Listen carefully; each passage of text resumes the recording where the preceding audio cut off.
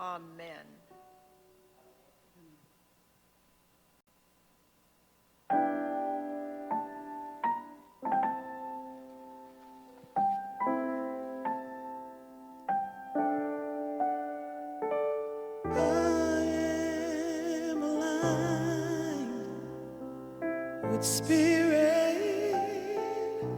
With spirit,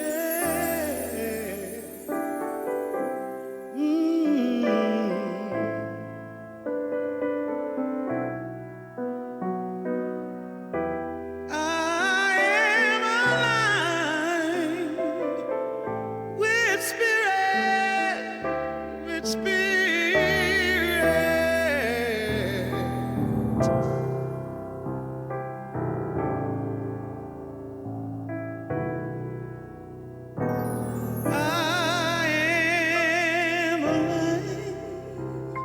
With spirit, with spirit, I am aligned, yes, with spirit, with spirit. Ooh.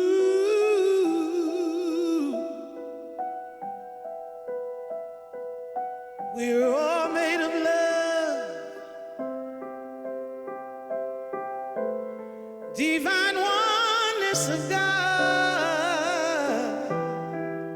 He is the light, yes, within the soul, transforming our hearts with everything that is God. He's aligning our souls, aligning our spirit. Our souls are aligned with God.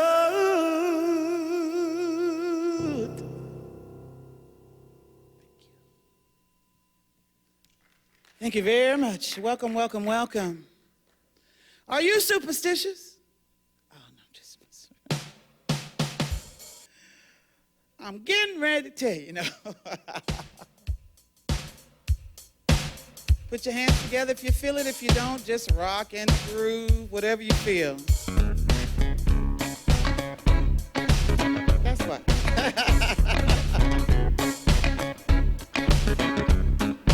There is superstitions writing on the wall. There is superstitious, yes, the ladder's about to fall. 13-month-old baby broke the looking glass. 7 years of bad luck. Good things in your past.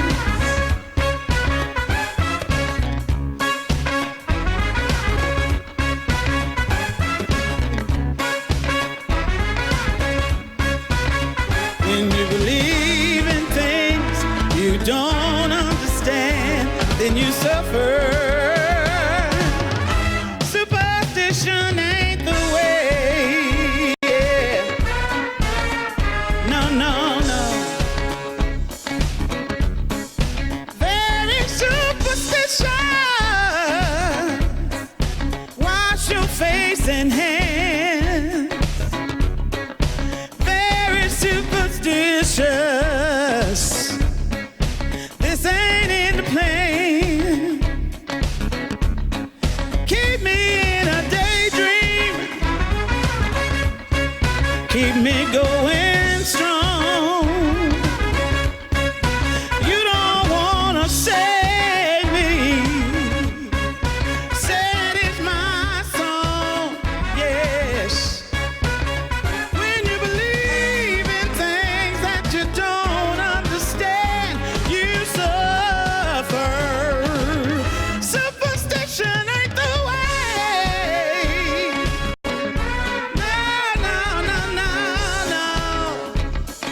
y'all put your hands together for me.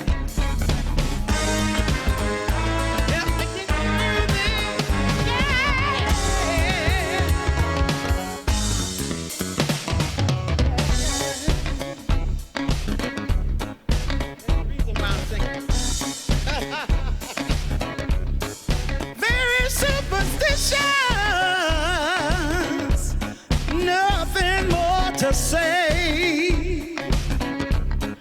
Very superstitious, the devil's on his way, yeah. 13-month-old baby, yeah, yeah, from the looking glass. 7 years of bad luck, good things in the past. When you believe in things you don't understand, you will suffer. Superstition ain't the way, yeah. No, no, no, no, no, no, yeah. Superstition ain't the way, no. Super. Thank you very much. Miss Reverend Judy-Ann Young.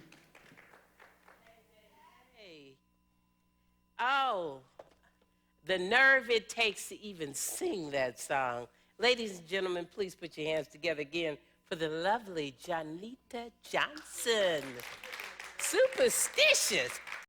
I told her what the message was going to be, and she said, "You sure you want me to sing that?" "Oh, but I do." Superstition. 13-month-old baby broke the looking glass.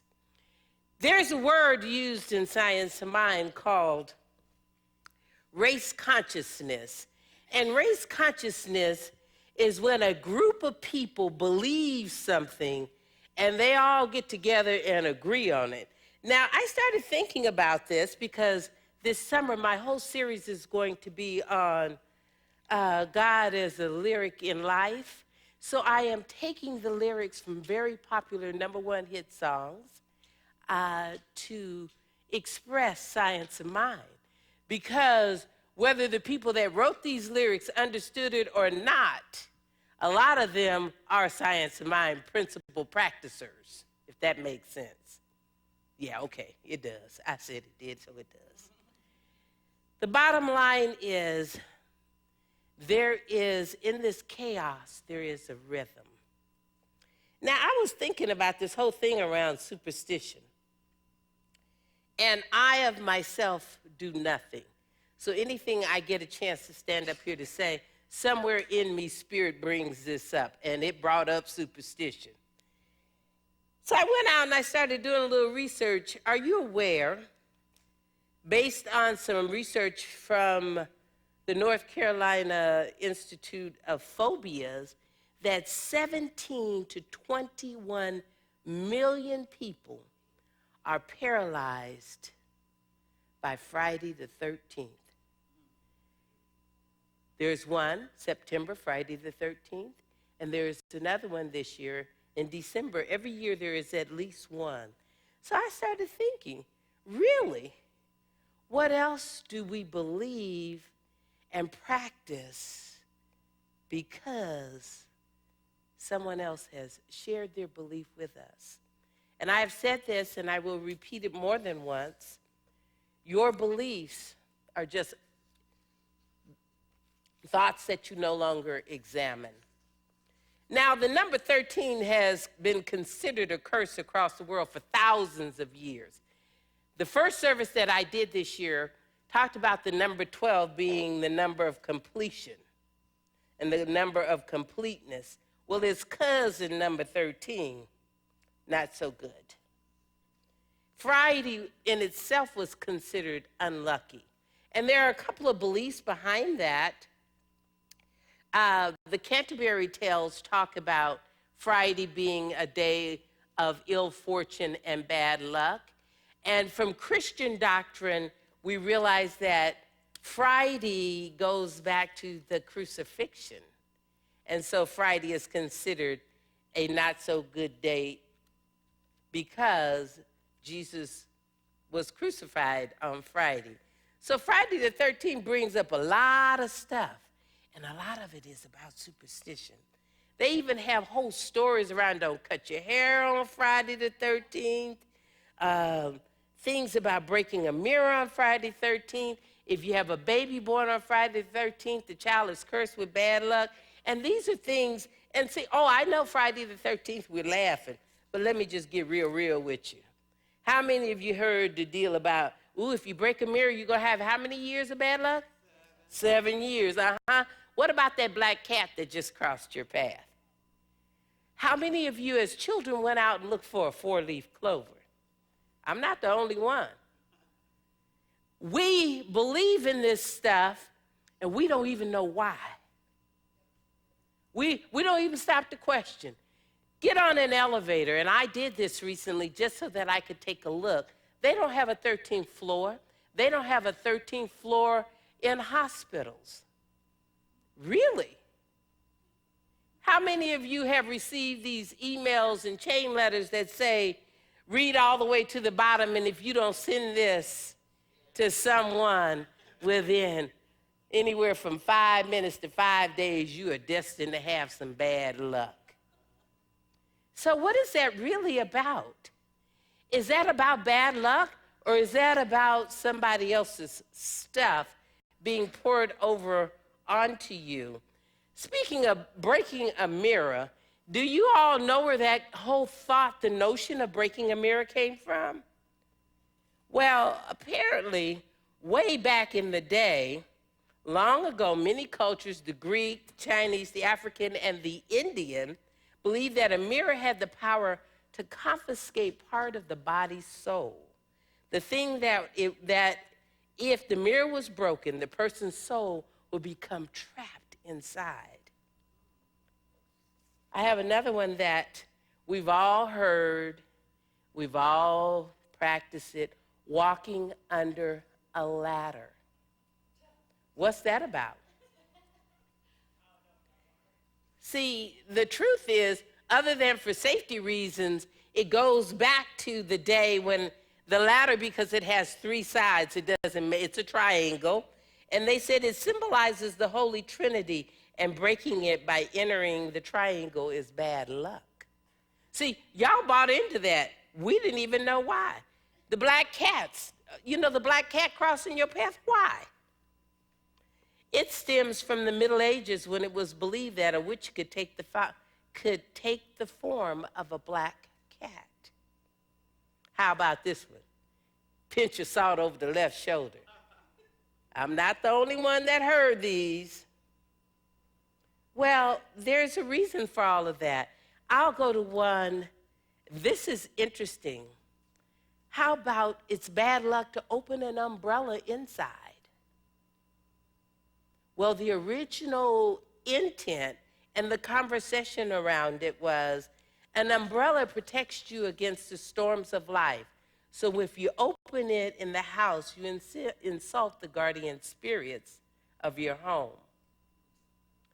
And the other piece is it insults the sun god. These are all things that we've all heard, we've all avoided doing. Oh, here's one. I'm not the only one that had that lucky, whose foot? Oh, yes, we had the rabbit's foot, This was a symbol that the left hind foot was a handy way to benefit the rabbit's luck. Additionally, the Chinese considered it a sign of prosperity. In some cultures, the rabbit foot is believed to promote reproduction. So women would carry a rabbit's foot and increase their odds of getting pregnant. Now, one that I have done, you have heard me do it from, bless you. I didn't pay her to do it, but I was just getting ready to say, God bless you. Pope Gregory, back in the 14th century, when they had the bubonic plague, when a person would sneeze, he would say, "God bless you," to ward off spreading the germs. And what do we still? We haven't had the bubonic plague around here in a few centuries, but are we still saying, "God bless you"? Because God bless you became, and the other belief behind that was that when someone sneezes, it originates from an erroneous belief that the soul escapes the body during a sneeze and the heart momentarily stops beating. And when you say, "God bless you," you're actually welcoming the spirit back into the body. Now, I've given you, don't get into, here's one of my favorites. "Oh, you promise? I promise." Who walks around? We've all crossed our fingers. "Oh, just cross your fingers cross your fingers that I get this job. Cross your fingers." They don't even know when that one started, but it goes way back where it was a way when Christianity wasn't encouraged. It was a way for Christians to recognize each other. Now, I've just given you, 10 or 12 of these things that you have all done. Y'all have all had the orange and the purple and the blue rabbit's foot. I'm not the only one that bought one. You've all had, "Ooh, don't let that black cat cross your path." "Ooh, knock on wood. Don't break the mirror. Don't walk under the ladder." All of these things. Someone sneezing, you don't say, "God bless you." You look around like, "Oh, they are so ill-mannered." Did it really have anything to do with manners? Or is this one of those beliefs that we have that has gone unexamined? See, being here is about waking up to the truth. That's why the lyrics of Stevie Wonder's song, Superstition, he goes on to say in the lyrics of that song, and I started looking at it from the devil's on his way, very superstition, nothing more to say. Very superstitious, the devil's on his way. And he goes on to talk about, you suffer from problems you don't understand because of superstitions. And as long as I have studied Science of Mind and read the Science of Mind book, I saw something in this book that I swore somebody took my copy and inserted it. If you have the Science of Mind textbook, if you go to page 28, I said I would read this verbatim so that you would know I'm not taking it out of context.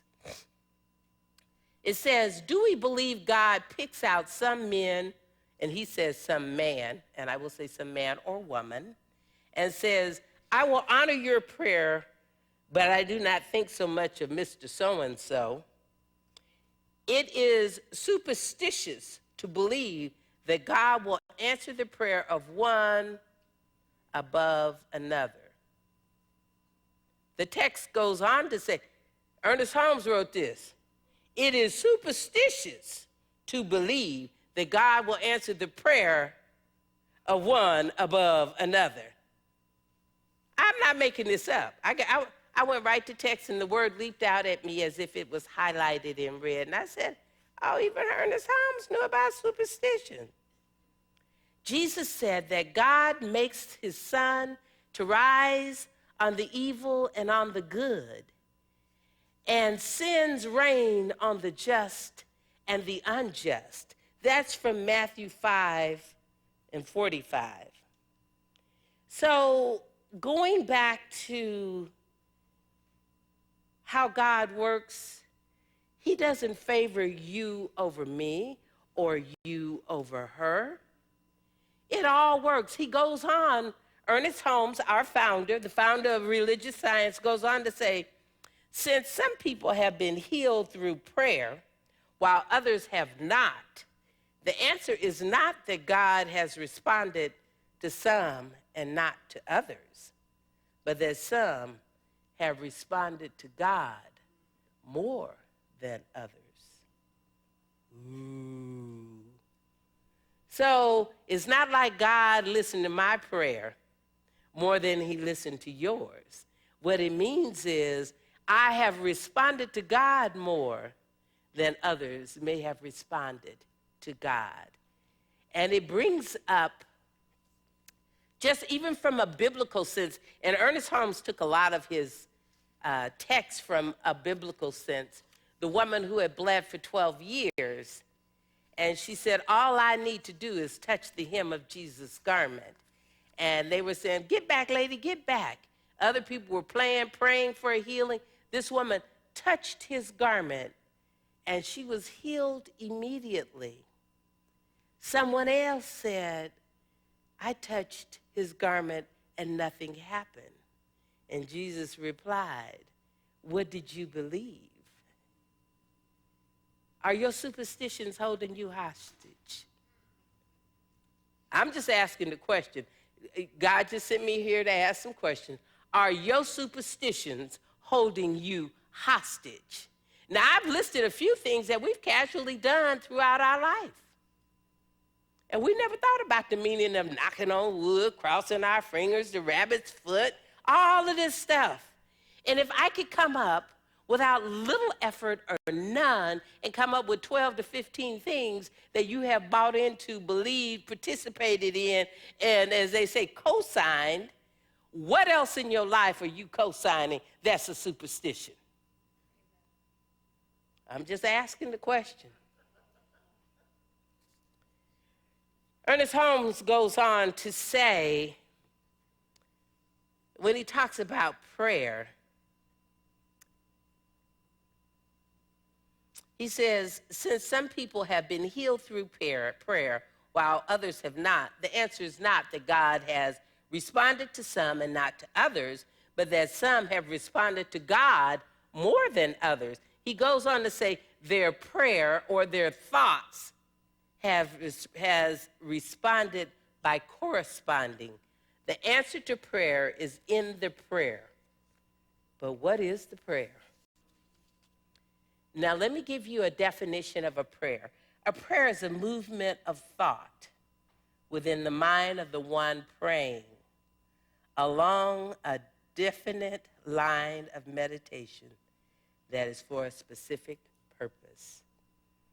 I'm going to say that again. A prayer is a movement of thought within the mind of the one praying along a definite line of meditation that is for a specific purpose.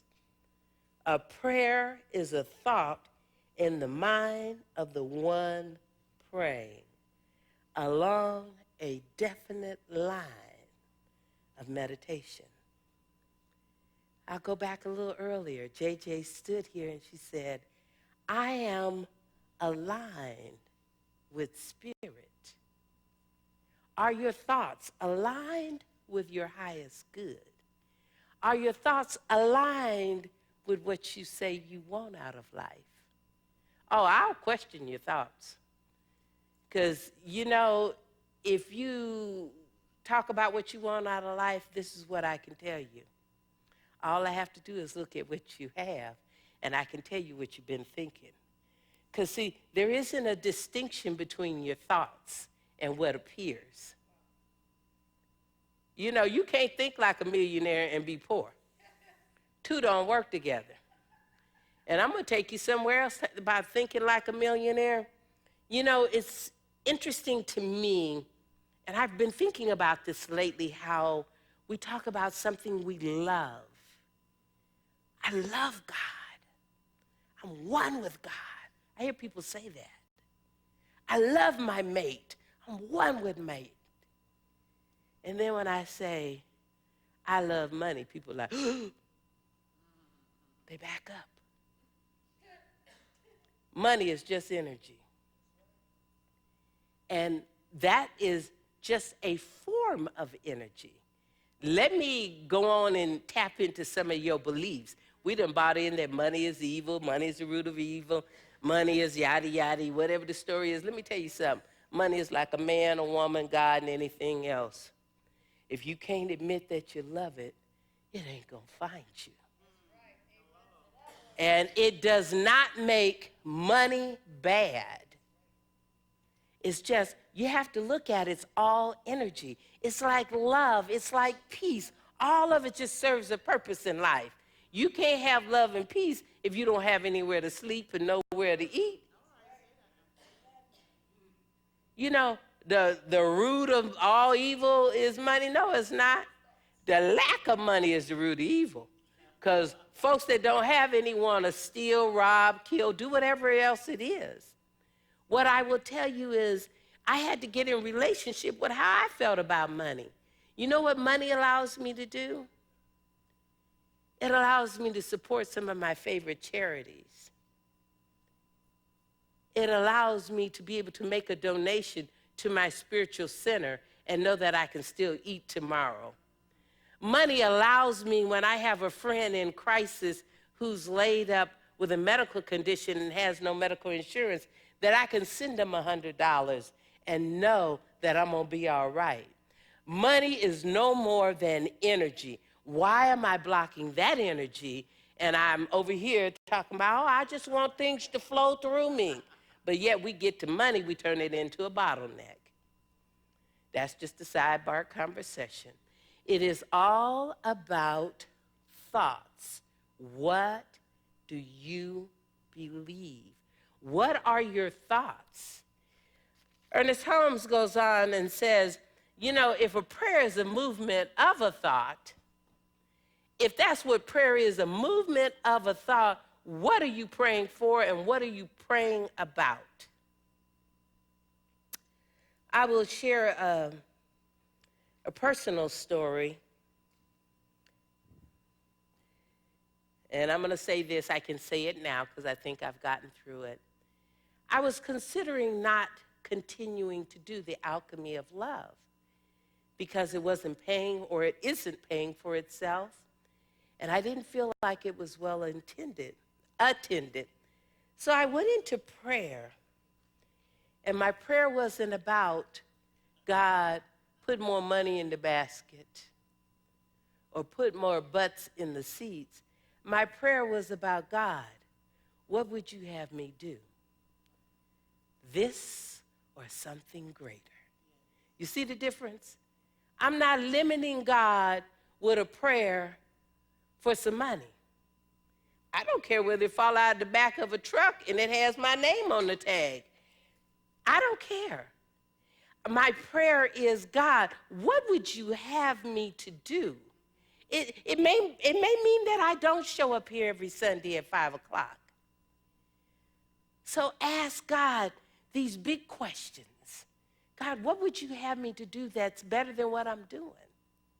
Lead me, guide me. And my prayers and my thoughts, I have to align my thoughts with God's highest vision for me. And what I can tell you is God dreams what I call those big dreams. God's dream for each one of us is far bigger than we are. Because we are little finite people in the little glass, and that's all we can see. But God's dreams for your life unfolding are far greater than what you can ever think of. But what are those thoughts, those superstitions that are getting in the way? And now that I've introduced you to some that were kind of harmless, so to speak, your lesson, your opportunity is to go home and do what I call an autopsy on the beliefs that you have running through your life. Because if you come to see me on a counseling session, I'm going to ask you, what is your belief about that? I'll tell you a belief that I had. Excuse me. I had a belief about males feeling entitled. And my spiritual counselor took me on and said, tell me more about that belief. And I said, well, you know, they run everything. Oh, really? Is that the truth, or is that what you believe? And I started thinking about it. And why is that bothering you? Can't you run everything? And I said, when you get out of letting it be about someone else and letting it be about you, you get to align your thoughts with something far bigger, far greater than where you are and who you are. It's not about you giving me a job. Because last time I looked, very few people really own a job. All this stuff belongs to God. That's who I'm going to. They have a saying, you know, like when you buy something wholesale, cut out the middleman. I'm going to cut you out. I'm going straight to the source. So align your prayers with the source of that which you say that you want. By examining your beliefs, it promotes your ability to die away to the old and give birth to a new perspective. If you have any belief in your life that has not served you, you need to die away from that to give birth to the new perspective. I had a belief for years. I have a dear friend that now lives here in Las Vegas. She got upset with me 20-so years ago about something I did. And I went home and I was heartbroken and I was crying and I called her and she said, well, what's the matter? I said, I'm really sorry. I don't want you to not love me. And she said, what are you talking about? I held the belief that if someone got upset with me, they would withdraw their love. And when she said, no, I love you enough to tell you the truth. I said, you still love me? She said, absolutely. Who in your life do you love well enough to tell the truth? Yes, I hear you. I hear you knocking, but you can't come in. Because a lot of us have people in our life we don't love well enough to tell the truth. Superstition says, if I tell them how I really feel, they're not going to like me.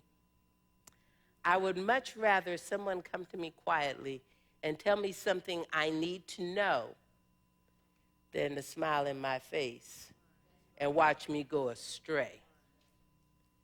Because my prayer is to be surrounded by honest, authentic people. Here's what I know about the mind and about prayer. When you talk about a prayer as a movement of thought within the mind of the one praying, I'm going to ask you a question. What is your mind? Have you ever thought about that? Where in your body is your mind located? Who told you that? See, we just making that up. See, this is the funny thing about science. Science admits that you have a mind, but nobody has identified a tangible place where the mind resides. We know that people have it. It is an age-old question that has been unanswered.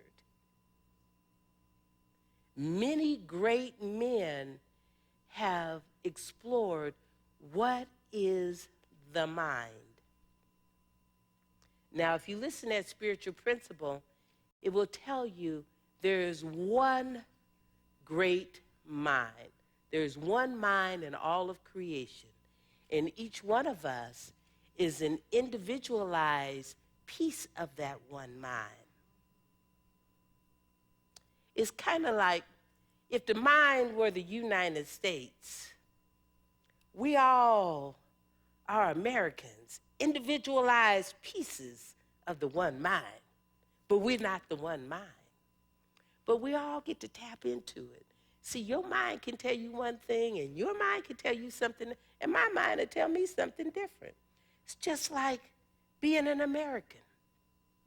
How is it you could take 5 people born in the same country on the same day, in the same basic background, and they grow up And they have 5 different expressions of life.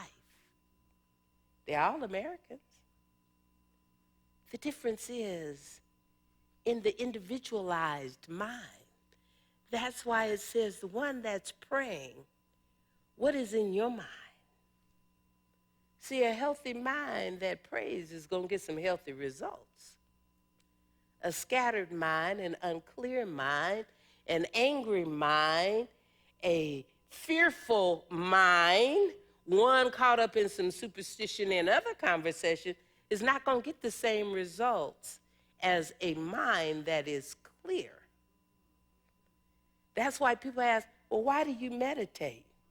Because meditating gets you out of that. It clears the mind.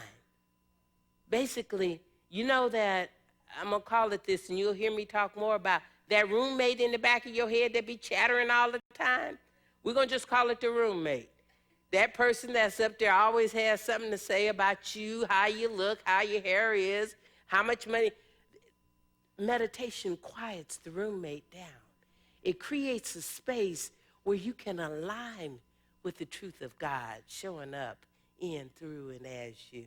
It's at that place where you experience God, right here, at the quiet soul level. So again, superstitions make you suffer. When you believe in things you don't understand. So get some understanding about what it is that you say that you believe in.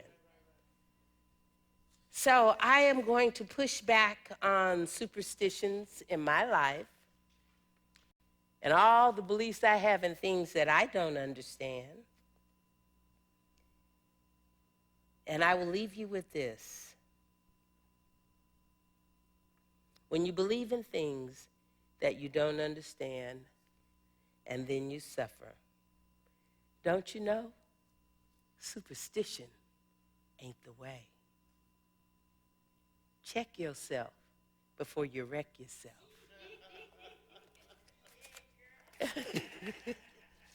Go within and examine everything that you thought was true, that you assumed and took up as a belief. In any relationship that you have that you say you value, do what I call an autopsy. Cut it open and look at it. We need to do some autopsies on our beliefs, on our relationships, on what it means to be a man, on what it means to express love. Do an autopsy on what joy looks like for you, because it's your unique expression that's going to bring it forth in your life. So, I'm Miss Bertha's baby girl, Judy-Ann Davis Young. Go out, gather evidence. And now I'm going to invite Miss JJ up. Namaste and go in peace, my friends. Before you go, she is going to sing us into this prayerful place. And I invite you to just go within and be and align your mind. You don't even have to know where it is, but align your mind with your understanding of God showing up as you. So if you're so comfortable, please close your eyes. Uncross your feet, hands, and legs, because when you cross all this stuff, it may be a superstition, but there's a belief that it blocks the flow of energy. No, that's truth, because whenever you cross anything, you restrict the flow. And so my practitioners, I invite them to stand as JJ leads us into this musical place.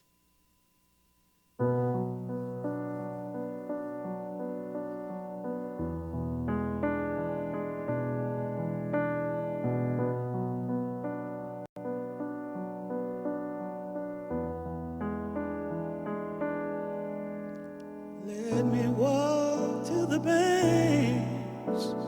to the river of love, where the river runs deep, baptized in the one where there's no separation.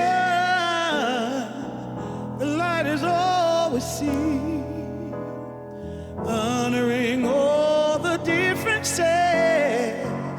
The truth sets us free. Mother, Father, God, there's a healing going on, yes. Mother, Father, God, there's a healing going on. Mother, Father, God, there's a healing going on. I say, oh, you rock my soul. I say, oh, you rock my soul, my soul. Oh, it is in this place where I am just still to allow the grace of God to rise up from the ethers and surround all that are in this place. For what I know is, at the epic center of each soul, there is but the one living God. And that each one of us is a slipstream of the DNA of God. That God is that omnipotent, omniscient, omnipresent source and force, that divine intelligence known by many names. Yahweh, Buddha, Krishna, Elohim, or the thing itself, it is God. And as I recognize all that God is, I know that I am one with that. For in my individualized, subjective experience of the one mind, I know that God speaks through me, loves through me, expresses its beauty and its goodness, its abundance and its grace in, through, and as me, and that my prayers reflect my consciousness. And if it's true for me, it's true for each one of us. For there is only one mind, and each one of us are tapping into it.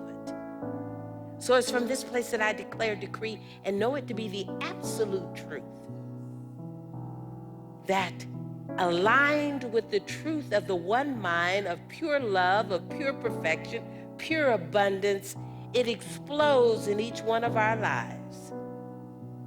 That God goodness wells up and flows through the body of all of our affairs, through our emotional, our physical, our mental, our spiritual, and our personal affairs. There is but God.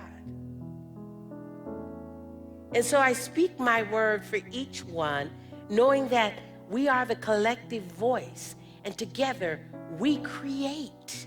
We have created that which is us. The Center for Spiritual Living Community, we are that. This is the place where God is. And each one is the epic center and goes out knowing that they carry that epic center of God with them wherever they go, that the Father withholdeth nothing from them, that like the woman who touched the hem of God's garment was healed, each one of us is healed from anything unlike the pure love, truth, perfection, wholeness, and goodness of God.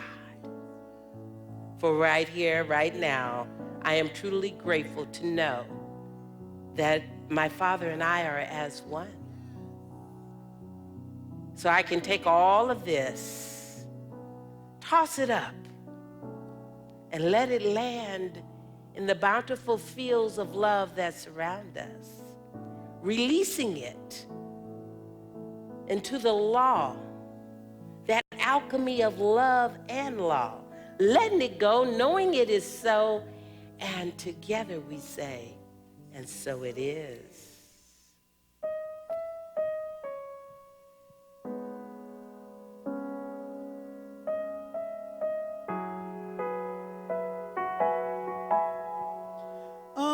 Aren't we lovely?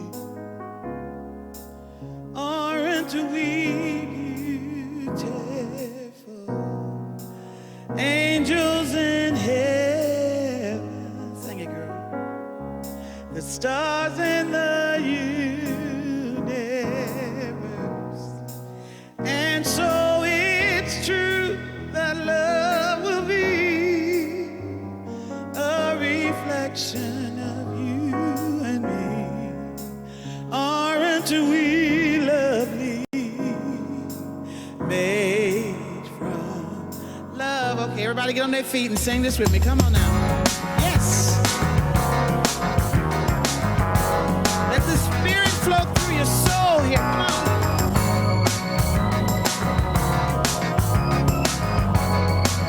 All right, here we go. Aren't we lovely? I want to hear you. Come on. Angels. Yes. Stars in the universe. Do you believe it? And so it's true that love will be a reflection of you and me. Aren't we lovely? Made from. Come on, do it again. Here we go.